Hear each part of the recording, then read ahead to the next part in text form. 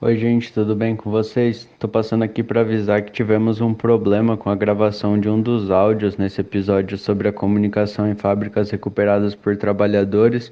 Fizemos o máximo na edição para ajeitar e não ficou ainda perfeito, mas creio que o episódio ficou bom e que isso pode ser relevado. Claro, também estamos trabalhando e pensando formas de gravação, né, considerando a pandemia, o isolamento e problemas de conexão à internet, para que isso não volte a acontecer. Mas uma coisa é que esse episódio foi tão interessante, a conversa fluiu tão bem que nós decidimos dividir ele em duas partes. Então, na sequência, vocês vão ouvir a primeira parte e na semana que vem voltaremos com a conclusão, a segunda parte desse episódio sobre a comunicação em fábricas recuperadas por trabalhadores. É isso, sigam ouvindo o Jogando Dados. Está começando mais um Jogando Dados, um podcast sobre economia política da comunicação.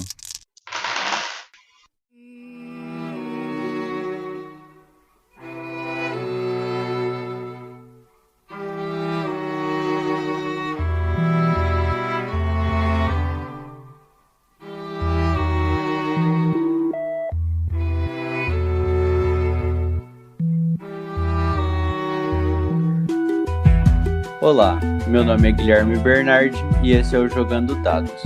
Nesse podcast partimos da economia política da comunicação, ou, se preferirem, da crítica da economia política aplicada à comunicação. Nessa abordagem, a comunicação é entendida como uma forma social, assim como a mercadoria, o dinheiro, o direito e o Estado, e por isso também é parte da estrutura da sociedade capitalista. E seguindo nas temáticas ligadas ao trabalho, gravaremos hoje o sexto episódio sobre essa categoria, mas este vai ser uma perspectiva diferente. Seguiremos na discussão específica, mas tratando de trabalhadoras e trabalhadores que não são da comunicação. Para isso, conversaremos com Júlio Arantes, professor do curso de jornalismo da UFAL e líder do grupo de pesquisa CPCom sobre a comunicação em fábricas recuperadas por trabalhadores. Boa noite, Júlio. Obrigado por gravar aqui com a gente. Tudo certo por aí? Boa noite, Guilherme. Boa noite, Anderson, Gabriela. Boa noite, Noel. Obrigado pelo convite. Tá tudo tranquilo. Tá certo. Obrigado, Júlio. Gabriela, tudo certo por aí? Boa noite, Guilherme. Tudo bem, tá tudo normal. Boa noite, Anderson, Manuel. Prazer, Júlio. E você, Anderson, tudo certo por aí? Mais uma semana isolado, com saúde?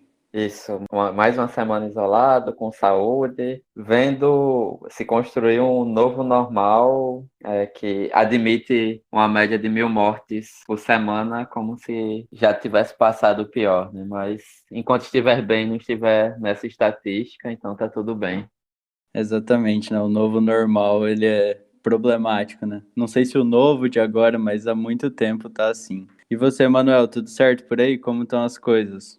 Boa noite, Guilherme. Boa noite, Gabriela. Boa noite, Anderson. Boa noite, Júlio. Tá tudo bem. Tô já sem frio, o que é uma maravilha. Então, essas são as condições mais atuais climáticas que eu tenho passado o tempo inteiro para vocês. Por outro lado, Londrina continua uma relação irracionalista aí com a pandemia, o que não é privilégio nosso, pelo visto. Então, é isso. Isso aí, né? Aqui também deu uma boa esquentada, acho que você está comemorando mesmo. Bom, mas vamos lá. Júlio, durante o doutorado você desenvolveu uma pesquisa numa fábrica autogerida por trabalhadoras e trabalhadores. Antes de tratarmos especificamente da comunicação, você poderia nos explicar qual a diferença para os modelos de cooperativas? Então, vou falar um pouco sobre isso, porque isso é importante para entender, inclusive, por que é que esse objeto de pesquisa foi parar na comunicação, tá? A pesquisa foi feita com duas fábricas, na realidade, né? Uma fábrica metalúrgica no município de Diadema, que fica na Grande São Paulo, e uma fábrica de plásticos que fica na região de Campinas, no município de Sumaré. O que acontece com essas fábricas, tá? Elas funcionam geridas por trabalhadores, mas um modelo de gestão das duas é um pouco diferente. A fábrica de Diadema, uma metalúrgica, ela é efetivamente uma cooperativa nos termos que a gente conhece uma cooperativa, tá? Então, trabalhadores que se associam e tocam um determinado tipo de negócio. Pode ser uma cooperativa industrial ou um outro setor qualquer da economia. Tá? Ela tem tem algumas diferenças importantes que ela não é nem uma sociedade anônima, nem tem uma empresa limitada. A figura jurídica não é essa, a gente não tem a figura central de um patrão que vai lá e contrata os gestores, que vão contratar os trabalhadores, e daí eles vão trabalhar usando naquele meio de produção que é aquela unidade fabril ou aquele comércio, etc. No caso das cooperativas, os trabalhadores são associados para gerir um determinado negócio, né? Essa é uma das fábricas. Então, é o modelo mais conhecido de cooperativa que a maior parte das pessoas já está habituada. Temos cooperativas em todos os ramos da economia, inclusive cooperativas de crédito, enfim, não há limites de tipo de atividade que pode ser organizado como cooperativa. A outra fábrica, que é a fábrica de Sumaré, a fábrica de plástico, não funciona, ela não é uma cooperativa, ela é uma fábrica ocupada por trabalhadores e ela funciona dessa forma há bastante tempo já. Tá? Já deve estar indo aí para o seu 20º ano, perdi a data exata agora, mas deve estar próximo disso em breve, né? Mais de 15 anos seguramente. O que acontece nessa fábrica? Os trabalhadores, na medida em que a fábrica faliu e que ela foi ocupada pelos trabalhadores, um movimento semelhante ao da fábrica de metalurgia de Diadema. Tá?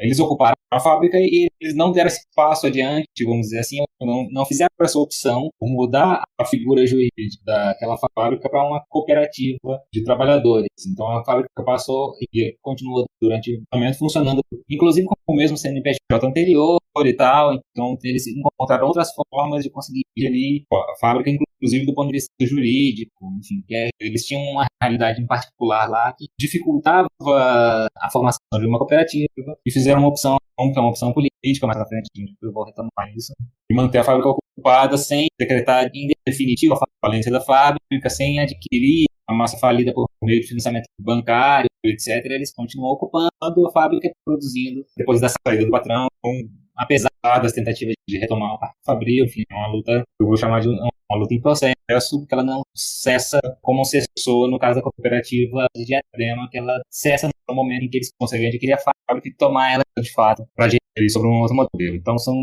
duas experiências diferentes, achei que seria interessante abordar os dois casos, já que eu estava procurando entender. Eu entendi que cada experiência particular podia me dar respostas complementares e um pouco distintas.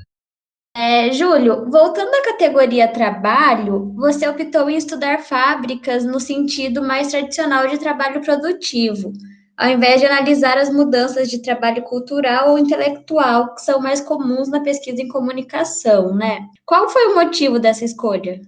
O processo, né? Todo o processo da uma pesquisa de doutorado, ela tem vários caminhos, assim, às vezes um pouco tortos, mas vamos lá. Comecei a fazer essa pesquisa, né, coordenada pela Roseli Fígaro, que fica na Universidade de São Paulo, na ECA. Ela coordena uma série de pesquisas sobre comunicação e trabalho, no sentido não apenas restrito a trabalhadores da comunicação, enfim. Ela começou a estudar esse sentido de trabalho, ou pelo menos a questão do trabalho na perspectiva da comunicação, ela começa a estudar a perspectiva dos estudos de recepção no final dos anos, no começo dos anos 2000, final dos anos 90, por ali, tá? Ela vem dessa perspectiva dos estudos de recepção para tentar entender como é que a coisa se dá, e depois ela funda o grupo, hoje Centro de Pesquisa de Comunicação e Trabalho, e orienta trabalhos nessa linha.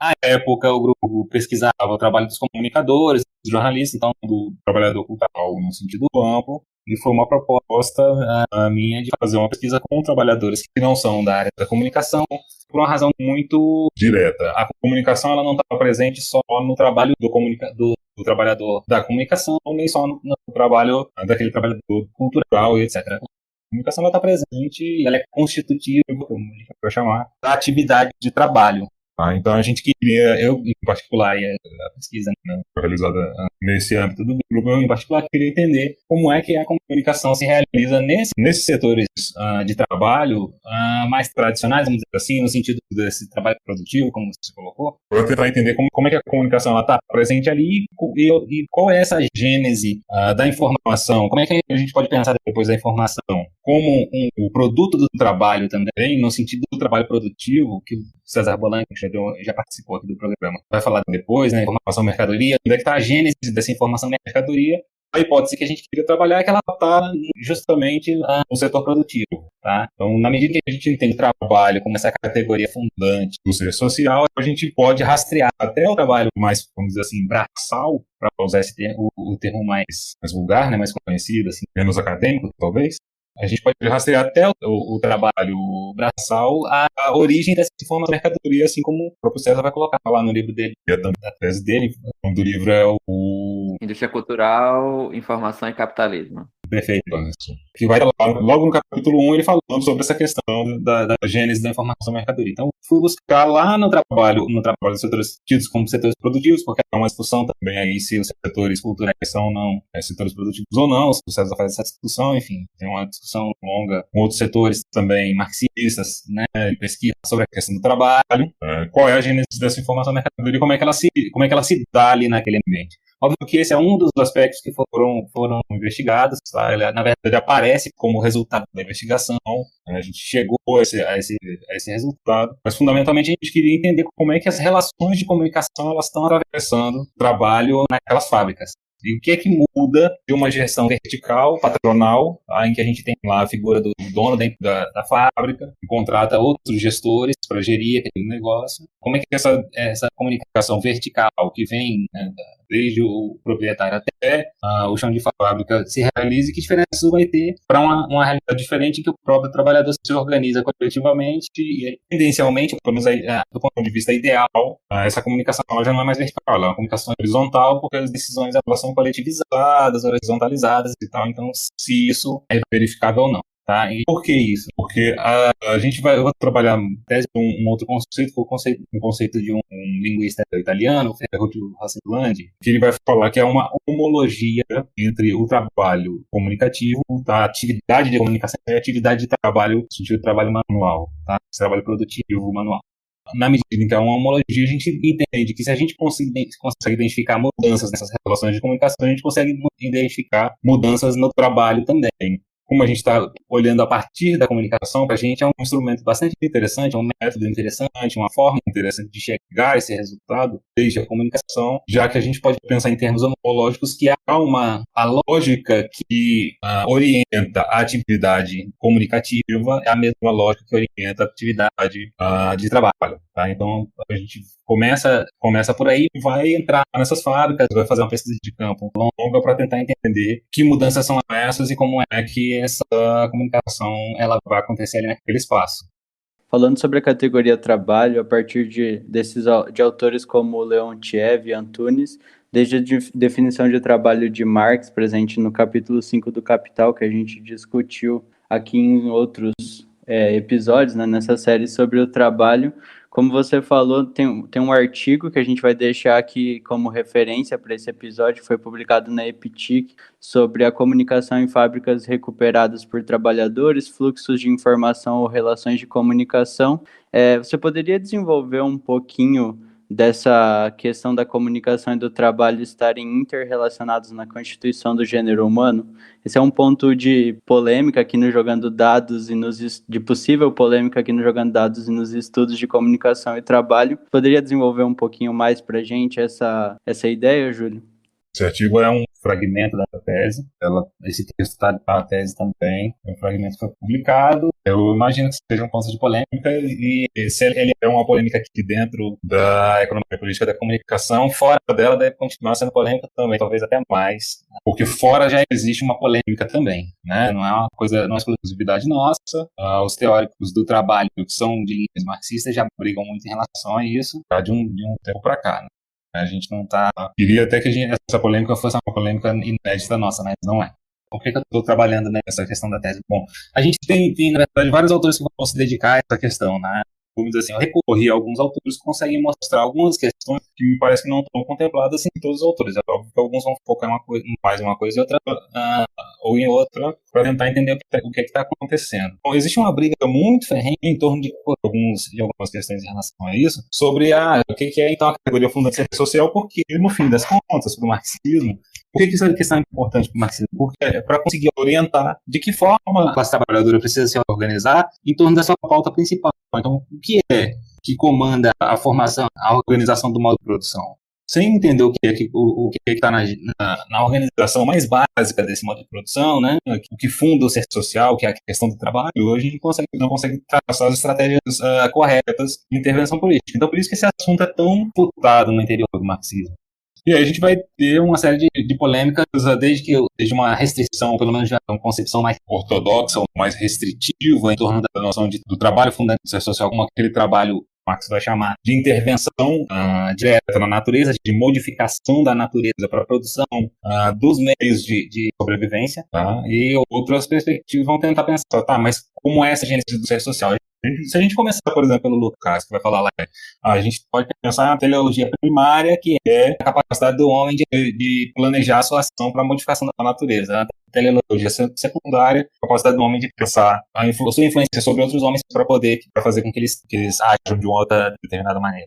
Então, se a gente pensa essas duas categorias assim, de forma bem superficial, né, aqui só para situar o debate, tá? A gente tem uma divisão mais ou menos didática de como é que as coisas, das finalidades para as quais as ações dos homens estão direcionadas. Tá? O que é uma polêmica que eu acho que se aprofunda demais, ou que se perde um pouco demais nessa questão, que é o seguinte, essa é uma divisão didática para a gente entender como é que a posição do ser social se dá em relação a atividades diferentes que ele executa. Só que a gente não tem como separar, por exemplo, em que momento ser social está constituído. O próprio Lukács vai dizer isso. A gente não tem como recuperar esse momento em que o primata passa a ser social, homem, tal como a gente vai entender. Ele vai falar num salto ontológico, porque essa passagem da primata a ser humano, ela não é rastreável porque a gente não tem nenhum elemento que dê conta disso, nem as pesquisas com as tribos mais primitivas desse tempo moderno, se a gente pegar pelo menos do Darwin para cá, tá? A gente consegue rastrear isso, porque o ser social ele já está formado. A gente não tem como rastrear a nossa espécie até um momento anterior a esse em que a comunicação já faz parte da constituição do ser social.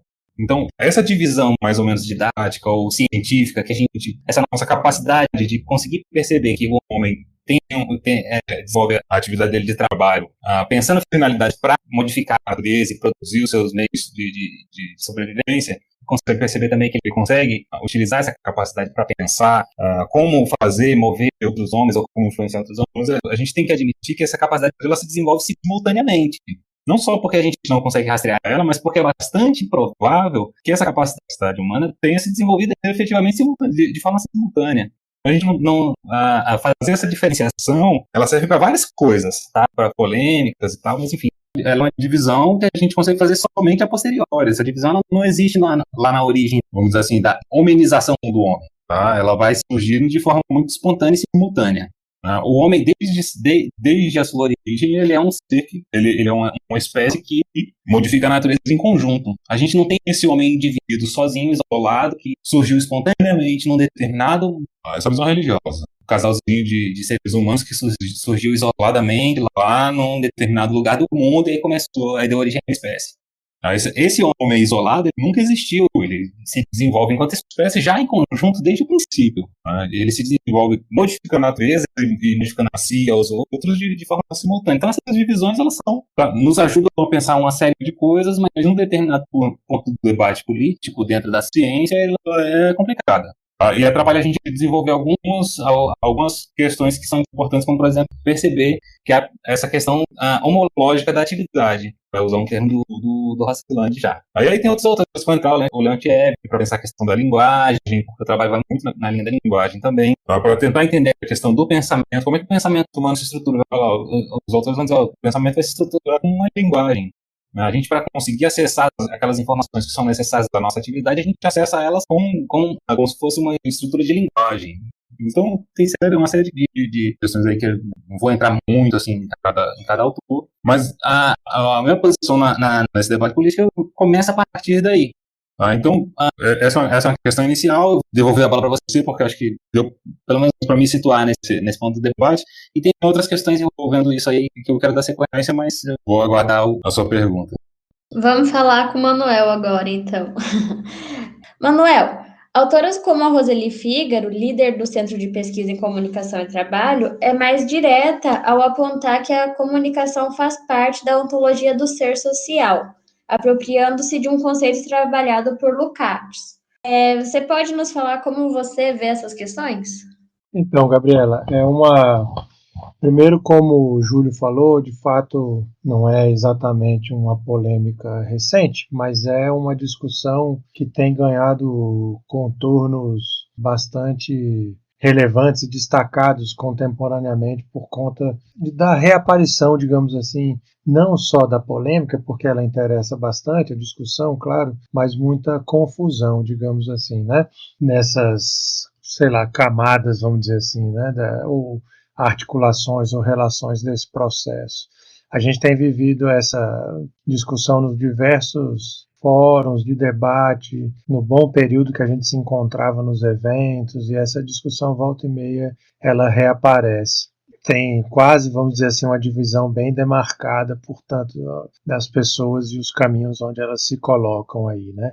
Então, dito isso, um dado ainda muito relevante para a gente avaliar ou levar em consideração, para ser mais exato, é que Lukács foi certamente o filósofo marxista mais importante do século XX, sem a menor sombra de dúvidas.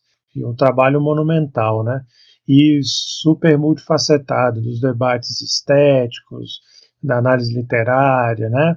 As suas percepções também adensando um debate sobre o marxismo. Então tem discussões de várias ordens, só esse debate sobre a ontologia, ou mesmo a apropriação, ou a entrada do Lukács na ontologia, já dá bastante pano para manga. Se você pegar da juventude do Lukács como a teoria do romance, na teoria do romance, que é um baita trabalho, né? O Lukács teve um caráter interessante que foi de escrever prefácios e pós-fácios aos livros de juventude, e foi fazendo crítica o tempo inteiro, e a autocrítica ao seu próprio trabalho, né? São riquíssimos. Você vai ler História e Consciência de Classe, tem um prefácio que é engraçadíssimo, porque você lê o prefácio ele dizendo que o livro é cheio de problemas. Nos textos dele de pós-fácil para a teoria do romance, rápido, tá? Ele faz uma avaliação bem contundente da concepção de ontologia, de um ponto de vista bem depreciativo, eu nem vou dizer negativo, tal, né? O debate ontológico visto de um ponto bem depreciativo, por conta do contexto da filosofia alemã e o caráter que se entendia disso de direita, tal, né? Então ele demorou bastante, inclusive, para entrar nessa concepção num debate sobre a ontologia, especificamente, então, o que ele desenvolveu já no fim da vida nesses 3 belos trabalhos, né? Então, a ontologia do ser social dividida em 2 partes, e os prolegômenos, que é um outro livro em cima desse trabalho, em torno das polêmicas com seus estudantes. Então, só para ver que isso tudo já é uma polêmica imensa e bastante interessante sobre o conceito de trabalho em Marx, fundamentalmente. Aí, a discussão sobre a comunicação em torno desta relação com o trabalho gera outras questões e outras polêmicas tão relevantes quanto. Então, nem para entrar no mérito propriamente da discussão sobre o trabalho e a sua concepção ontológica, porque ela tem aparecido como confusão durante os nossos debates, mas, enfim, nos fóruns, como eu disse por aí, né? Mas a gente aqui já vem discutindo essa questão do trabalho e apareceu, acho, já de várias maneiras essa concepção. Agora, quando a comunicação entra, aí já tem algumas outras questões que valeriam a gente discutir. Então entra aí, por exemplo, você faz a citação sobre o trabalho da Roseli Fígaro, é uma pesquisadora grandiosa, né? Exemplar, tal, fez trabalhos incríveis. O Júlio foi lá estudar com a Roseli, o Centro de Pesquisa sobre o Trabalho tem uma difusão interessantíssima, tem feito pesquisas muito importantes recentemente já no contexto de pandemia, então, portanto, tem feito vários trabalhos que são sempre todos bem interessantes. Essa discussão sobre a comunicação entrando no âmbito da ontologia é que talvez valha a gente pensar sobre ela, sempre com algum cuidado, eu quero dizer. Porque é óbvio, então, o que o Júlio está tentando identificar e mostrou aí, foi fazendo essa discussão, tem muito a ver com uma problemática, e claro, própria da comunicação e a tentativa de um pensamento marxista de dialogar com ela. Mas veja, por exemplo, que uma discussão como essa, da comunicação como um elemento ontológico, quer dizer, o que é esse palavrão, né? O Júlio usou os termos de maneira bastante, vamos chamar assim, interligados, né? Então, como este aspecto fundante do ser, e aí no caso do marxismo não é um ser num sentido qualquer, é o ser social, né? Então, se a comunicação entra aí, a gente tem todo um diálogo a ser feito, por exemplo, com uma área que se consolidou nos âmbitos de estudos de comunicação, como a semiologia e a semiótica, então que vai entrar uma dimensão da linguagem, né? Então é esta relação ou para usar os termos que o Júlio usou, da homologia, né? Fez uma referência ao Rossilandi. A gente poderia pensar no Raymond Williams, que também trabalha com a noção das homologias estruturais. Vem aí uma discussão do Mesaros também, outro lukácsiano. Nos colocam questões que valeriam a gente pensar.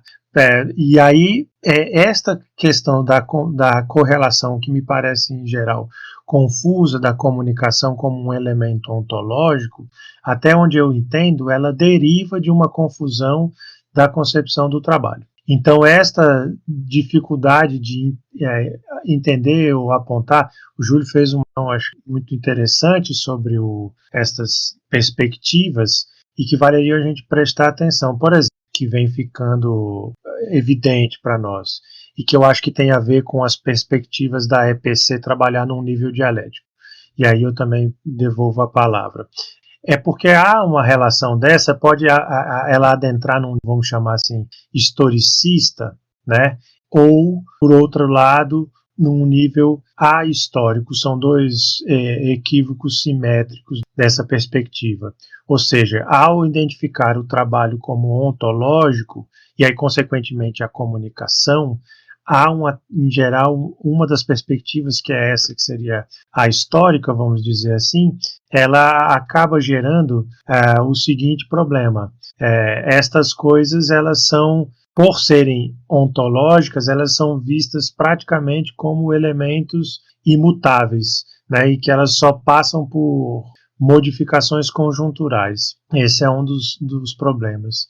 A outra incorporação, que é historicista, é justamente entender o contrário, ou seja, ignorar as discussões fundantes e passar para os debates, vamos dizer assim, caso a caso. Ou seja, nós estamos na frente aqui de uma percepção, vamos chamar assim, de marxista vulgar, e a outra muito própria do debate estruturalista e pós-estruturalista, para a qual a contingência é a única coisa que serve.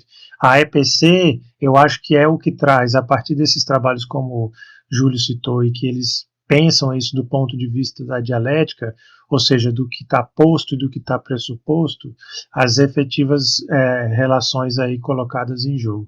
Então, portanto, obviamente, a gente não lida com algo, quando a gente está estudando, ignorando os seus fundamentos. Mas o que importa efetivamente na nossa discussão é a intervenção capitalista que gera esse processo e que, portanto, faz comunicação e trabalho não como elementos etéreos, né, mas como questões concretas. Tá certo, né? Acho que, só complementando e vendo se o Júlio quer falar alguma coisa, acho que não é ignorando e nem achando que não precisa ler os autores, né? A gente está passando por uma fase também de certa cancelamento de leitura de autores, e só pela exposição de vocês sobre uma possível polêmica que eu coloquei na pergunta, a gente vê como o debate é imenso e que a gente precisa se aprofundar nas questões para depois poder, claro, né, criticá-las e construir novas frontes de pesquisa e trabalho, né? Júlio, algum comentário acerca das ponderações feitas pelo Manuel, pelas questões que ele colocou? Só para acrescentar aqui, esses problemas estão colocados, apresenta, estão colocados, então eu tentei, na verdade, pela contribuição do Rossilandi, mas de outros, inclusive tem a crítica do Mesaros, a questão da homologia e tal, enfim, ali está no trabalho também, mas eu tentar a partir daí entender esse processo como processo unitário para conseguir avançar, na verdade, limpar o terreno e conseguir avançar na pesquisa, porque depois eu vou entrar em outras questões, principalmente a questão da racionalização do trabalho, porque aí a gente vai ver de forma mais clara como é que esses processos, como é que os processos de trabalho são constituídos também de comunicação, e como é que isso é utilizado para aprofundar a racionalização do trabalho que já se dá no período capitalista. Então a gente não está falando mais só da origem e tal, porque isso que o Manuel falou é um fato. Uma parte dos teóricos está tão disposto a discutir a questão do fundamento da atividade do homem, que passa uma vida inteira discutindo essa questão antes de chegar sequer, e não dá nem para chegar ainda no processo já capitalista do modo de produção capitalista, que já é a subsunção do trabalho no capital, que é como o capitalismo, na verdade, vai mudar a lógica de trabalho que existia anteriormente. Então, você consegue passar a vida inteira só discutindo isso sem chegar no problema que é o problema que a gente tem que dar conta de resolver, que é o da subsunção do trabalho no capital, que é o problema do modo de produção capitalista. Isso aí o Manuel colocou, e é isso mesmo. Né? Então a gente tem que entender essa origem e vir agora para o modo de produção, entendê-lo e oferecer as respostas para a superação desse modo de produção. Mas fundamentalmente é isso que ele colocou mesmo. Como sugestão, não sei se você acha interessante, a gente podia falar um pouco sobre essa questão da racionalização do trabalho ou já ir direto para outras questões. Não, Júlio, com certeza, acho importante. Se você quiser, inclusive, apresentar essa questão da racionalização do processo de trabalho, a subsunção do trabalho ao capital, que é um momento, igual você falou, né, que é o que a gente está mais ligado e debatendo aqui na série sobre o trabalho até. Eu não vou entrar especificamente na questão da subsunção, eu quero entrar mais na questão da racionalização do trabalho, porque eu acredito até que essa questão já foi mais debatida, acho que, não sei, por outros convidados, e o César também, que chega até a questão da subsunção do trabalho intelectual com o capital, enfim. Mas eu queria pegar por essa parte da racionalização para a gente entender um pouco, então, qual foi o caminho que eu tomei, né, nessa história. Pensar que o modo de produção capitalista, na medida em que ele se torna uma produção hegemônica, ou pelo menos ele se universaliza, para usar os termos do próprio Marx, né, ele se universaliza em uma produção mundial, e aí ele vai se desenvolver em escala global, tá? A partir, então, do final do século XIX, que a gente vai ter mudanças bastante importantes nesse modo de produção, que a gente vai ter introdução do que ficou conhecido como gerência científica ou racionalização do trabalho. Por que isso? Porque isso muda a forma como a organização do trabalho se dá no interior das unidades fabris. Ela deixa de ser, vamos dizer assim, um trabalho comandado pelos mestres artesãos, ou pelos mestres de ofício, conhecedores do processo todo de trabalho, então conhecedor o que a gente precisa para produzir uma caneta. Então, o cara que sabe desde qual é o material que vai ser utilizado, qual o tipo de instrumento necessário para fazer, qual o tipo de molde que é necessário, até chegar lá no final, né? Então conhece o processo todo. Isso pode ser uma caneta uma coisa bem mais complexa, tá? Um maquinário para atender uma outra indústria. Então conhece o processo como um todo. O que vai acontecer a partir do final do século XIX, quando o Taylor começa a pesquisar isso e propor um novo modo de organização? Então isso que é interessante, porque a gente começa a perceber como é importante para o capital controlar a comunicação no interior da produção, para que ela se torne mais efetiva, mais produtiva, nos termos de aumentar a produtividade dos ganhos de capital. Não exatamente, aliás, de forma alguma, isso em termos de ganhos para o trabalhador. Tá? Na verdade, a destituição do trabalhador do conhecimento dele do ofício para que ele execute aquela atividade. Isso vai começar com o Taylor, daquilo que ficou conhecido como Taylorismo. Tá? Ele vai estudar a forma como o trabalho é executado e vai decompor esse trabalho em movimentos simples. Então, a gente não vai ter mais o cara que vai lá e fabrica toda aquela carruagem. A gente vai ter uma pessoa que vai ter um trabalhador que, num determinado momento, só executa uma determinada tarefa, um outro trabalhador que depois executa uma determinada tarefa. O primeiro vai martelar, o segundo vai parafusar, o terceiro vai soldar, o quarto vai montar. E por aí adiante, tanto quanto for possível, fazer essas subdivisões, para evitar que o trabalhador tenha domínio sobre o processo inteiro de trabalho e possa controlar o tempo necessário à execução do trabalho, que isso que é fundamental, o controle do tempo a partir da destituição do trabalhador, da sua capacidade de intervir no processo. Isso vai se aprofundando ao longo do século XX, tá? O Ford depois vai introduzir modificações nesse sistema do Taylor, vai acrescentar a esteira rolante para que possa determinar melhor o ritmo da produção. E esse modelo ele vai ter uma sobrevida até os anos 60, começo dos anos 70, ele vai sustentar o modo de acumulação do modo de produção capitalista. Vai entrar em crise nos anos 60 e a partir dos anos 70 então começa a se desenvolver, ou pelo menos começa a se universalizar um outro modo de acumulação, que é a acumulação conhecido como acumulação flexível, ou pelo menos alguns autores vão trabalhar essa noção de acumulação flexível. Eu estou trabalhando, por exemplo, a partir do David Harvey, para a gente entender a partir quais são as modificações na produção que vão ser utilizadas pelo capital para tentar superar a tendência da queda na taxa de lucro, enfim, e elevar a produtividade em geral das unidades fabris, possibilitando a redução de quadros de trabalhadores, etc. Então, a combinação de fatores que são necessários para elevar os ganhos do capital em razão do trabalho que é necessário para executar da causatividade. Então, cada forma de organização dessa tem características próprias e todas elas passam por um rearranjo. Tá? Eu vou chamar assim elas produzem um desarranjo e um rearranjo nas relações de comunicação no interior da fábrica.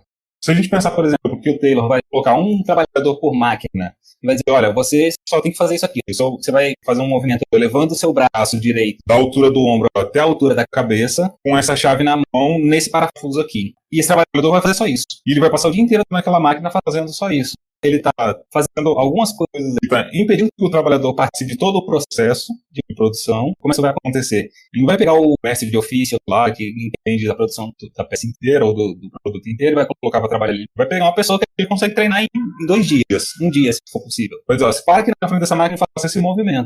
Então ele vai começar a substituir os trabalhadores com maior conhecimento do processo por trabalhadores com cada vez menos conhecimento do processo como um todo. Então ele vai tirar, ao fim de um período mais ou menos longo e de renovação geracional no interior das fábricas, tá? A gente vai ter a substituição dos trabalhadores com amplo conhecimento por trabalhadores com conhecimentos muito específicos. Esse é um dos pontos.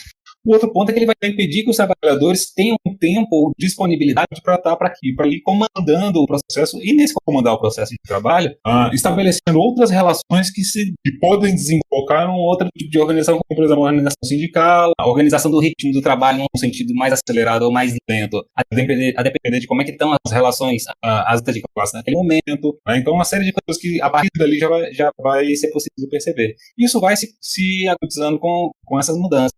Quando a gente tem a introdução da esteira rolante, se a gente pensar lá aquela esteira, vocês já devem ter citado aqui várias vezes, em filmes antigos, mas a gente tem até hoje esse tipo de fabricação, né? Esteira rolante, vai passando lá com a peça em cima, cada trabalhador executa um determinado tipo, um aperta parafuso, outro martelo, outro vai fazendo, como eu já falei.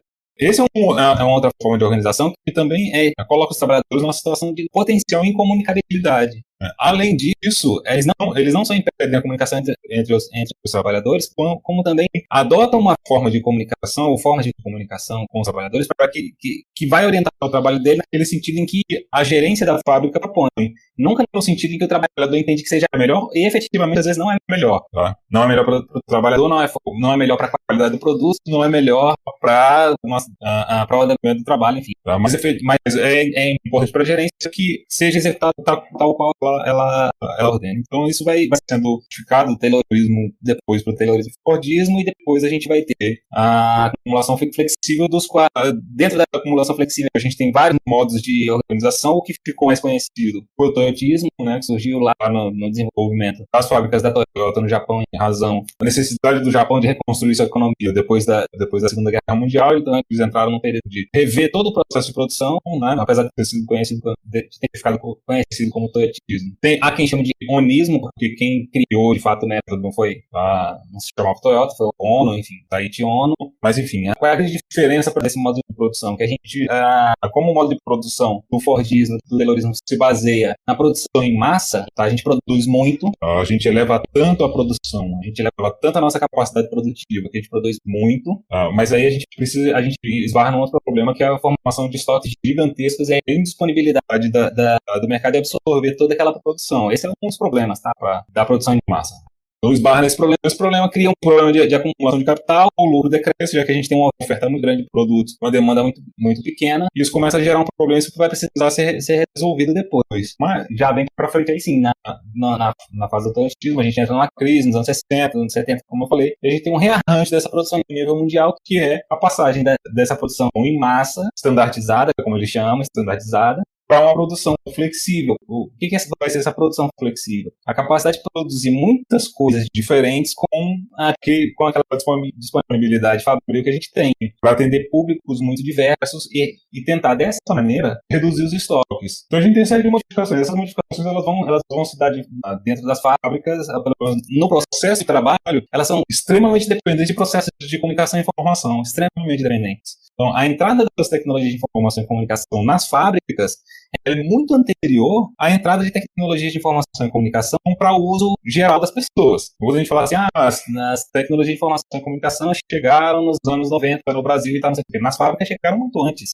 porque são elas que vão esse lugar fundamental de reorientação dos processos de trabalho, reorientação e controle dos processos de trabalho para garantir que a acumulação flexível, que a produção flexível, que essa produção capaz de produzir produtos muito distintos para públicos muito diversos, com um controle muito melhor do estoque, tá? Evitando que a gente tenha tantas crises de superprodução como tinha antes, tá? Não é que não vai ter mais não, tá? É que vai ser mais fácil de controlar, tá? Evitando que a gente tenha tantas crises de acumulação de estoques como a gente tinha antes. Todo esse processo vai ser dependente de um trabalho comunicacional muito forte no interior da produção. Tá? E aí, depois desse longo processo, que vai implicar em mudanças sociais muito fortes, porque cada modo de organização do capital nesse período, tá? O terrorismo, o fordismo, o turismo, acumulação flexível, no caso, tá? Vai produzir mudanças sociais importantes também. Tá? Se a gente pensar nos termos do marxismo, então os setores produtivos vão mais ou menos determinar o modo de vida. Pelo menos em última instância, eles vão determinar o modo de vida, tá? Porque são eles que vão determinar como é que as pessoas consomem, no fim das contas. Essa ideia que a gente tem, que é muito difundida hoje em razão da própria acumulação flexível, na verdade, faz parte da ideologia da acumulação flexível fazer com que a gente pense que é o consumidor que determina a produção, o que vai ser produzido, quanto vai ser produzido, etc. Na verdade, quem determina isso é o capitalista. Tá bem claro lá no primeiro livro do Capital, o argumento está todo desenvolvido, a gente não precisa nem ficar voltando muito aqui. Então, em termos marxistas, quem determina o que, quanto e como vai ser produzido é o capitalista. O consumidor ele vai consumir aquilo que estiver disponível para ser consumido. Não importa se vai ser uma produção em massa de inúmeros Citroën ou Fords pretos, como havia na primeira metade do século XX, ou se vai ser uma produção flexível como a que a gente tem hoje. O próprio Taiichi Ohno, né, que foi quem desenvolveu o modo, pelo menos o toyotismo, né, o que pensou, planejou o toyotismo, ele é bem enfático em relação a isso. Aliás, eu estou lembrando agora que você falou, a gente tem coisa, você, Guilherme, né, falou um negócio que é bem interessante, você falou, a gente já vê logo que tem que ler um monte de outras coisas, porque, enfim, e é verdade, né? Ele é bem claro em relação a isso. Ele fala, olha, a gente tem a capacidade de produzir, a gente produz coisas muito diversificadas com esse mesmo maquinário e tal, não sei o quê. Então a gente tem a capacidade de atender públicos muito distintos, porque a gente pensou o sistema de produção para isso. Antes de que houvesse uma demanda por produção diversificada, a gente já estava pensando que a gente tem que desenvolver a capacidade de desenvolver para produzir uma diversidade tão grande de produtos que a gente tenha públicos diversos para eles. Então, todo esse processo é um processo articulado em que a produção determina mais ou menos como é que essas relações sociais vão se dar na medida que a gente vive uma sociedade de consumo, que é a sociedade capitalista e tal. Então, desse ponto, até chegar na questão das fábricas recuperadas, porque a gente está fazendo essa digressão toda, a gente vai, eu fui tentando entender como é que esses processos vão se dando, porque todos eles são baseados, como eu tinha colocado lá no começo da nossa conversa, em processos verticais da comunicação. A comunicação é uma comunicação vertical descendente, ela vem da organização para os trabalhadores, o papel dos trabalhadores, ou pelo menos a visão positivista do capitalista lá sobre a questão do trabalho, eu vou comunicar aos trabalhadores, os trabalhadores têm que fazer aquilo que eu estou dizendo. Isso dentro do trabalho, na fábrica, mas na vida dele também. Todo mundo sabe, pelo menos todo mundo que estuda a questão do trabalho, conhece a história de que quando o Fordismo começa a se estabelecer como esse modo, vamos dizer assim, hegemônico de produção do capitalismo, quando ele começa a se estabelecer, as fábricas têm um trabalho de vigilância sobre a vida do operário. Right? Como é que esse trabalho de vigilância vai dar? Às vezes é um trabalho de vigilância mesmo. Então, o desenvolvimento de algumas atividades é feito para isso. Por exemplo, trabalho de relações públicas, para conscientizar o trabalhador de que ele tem que agir de determinada forma. O trabalho dos assistentes sociais, para ter certeza que os trabalhadores não vão gastar o salário todo bebendo. Tá? Então, a formatação desse novo tipo de trabalhador necessário ao modo de produção, ela acompanha o desenvolvimento do modo de produção. Não é só uma mudança de, vou colocar esse maquinário novo aqui. É a produção de um novo trabalhador, um trabalhador que sirva agora para esse novo modo de produzir. Isso vai acontecer no terrorismo, isso vai acontecer no fordismo, vai acontecer no nosso flexível, no toyotismo. Tá? Então, essas prescrições de modo de vida também, elas não são uma coisa, elas vão acontecer desde o espaço do trabalho até as prescrições em geral que a gente vai ver nos meios de comunicação, etc. Como consumir, como fazer, o que consumir, como se comportar, né? Enfim. E daí a gente tem uma série de profissões que se desenvolvem em razão das orientações para como viver, tá? Mas como viver em razão do trabalho. Então, essas questões estão de tal maneira articuladas que eu não tinha como não passar por isso para tentar entender. Chegou um determinado momento, ali nos anos 90, que o neoliberalismo, que é a expressão política dessa fase da acumulação flexível, vai ser implantada de forma mais ostensiva no Brasil, tá, nos anos 90. E um detalhe bastante importante para a gente entender essa coisa das fábricas recuperadas no Brasil, que é, nos anos 90, a economia brasileira é aberta para o mercado internacional. Então, o investimento em massa de capital internacional faz com que muitas indústrias nacionais entrei em processo de falência. Eu estou falando de forma esquemática, tá? Mas dá para a gente entender resumidamente. Então a gente vai ter a falência de muitas indústrias nos anos 90, muitas indústrias nacionais. A gente está passando por uma readequação do lugar do Brasil no mercado internacional, período das privatizações de telecomunicações, etc. Nesse período em que as fábricas estão falindo, algumas delas vão passar por processo de ocupação e aí um número ainda menor vai conseguir tomar a fábrica e constituir formas distintas de autogestão, ou cooperativa, ou esse único caso no Brasil que é de fábrica ocupada e que continua. Então, por que isso me chamou a atenção? Porque eu pensei, bom, a gente vem de um curto período de 100 anos de organização vertical dessas empresas, dessas indústrias, e vai entrar num período de gestão horizontalizada. O que é que está acontecendo nesses espaços? É possível enxergar alguma mudança ali? Ou essa cultura do trabalho está de tal forma introjetada pelos trabalhadores que a gente não encontra diferença nenhuma? Né? Então, veja que são algumas questões que eu penso a partir da comunicação, mas que são para as quais eu preciso recorrer aos estudos em geral, né, nas ciências sociais, para a gente conseguir observar. E não vejo, e para pontuar isso, a gente está falando, vamos dizer assim, conversando entre a gente percebe, entre a gente da economia política, a gente sabe o conhecimento se constitui dessa forma. A gente tem no campo da comunicação, de uns bons anos para cá, os colegas devem ratificar o que eu estou dizendo, essa necessidade de se conformar um campo puro e tal, não sei o que. Um tempo atrás, quando eu estava no processo de doutorado, eu vi essas coisas, acho que estava mais em alta. Depois de 2016 para cá, acho que o pessoal ficou um pouco mais atento. Mas assim, a constituição de um objeto, qual é o objeto da comunicação, que é só da comunicação? Então, esse tipo de questionamento, né, que leva a comunicação, na verdade, para um beco sem saída, não permite pensar os problemas da sociedade que precisam efetivamente da nossa contribuição. Então, a gente vai sim beber da produção em geral, das ciências sociais, para olhar a partir da comunicação, tendo em vista esse conhecimento e contribuir para a transformação de algumas questões que são problemáticas que são colocadas aí. Então, essa questão da racionalização do trabalho é importante.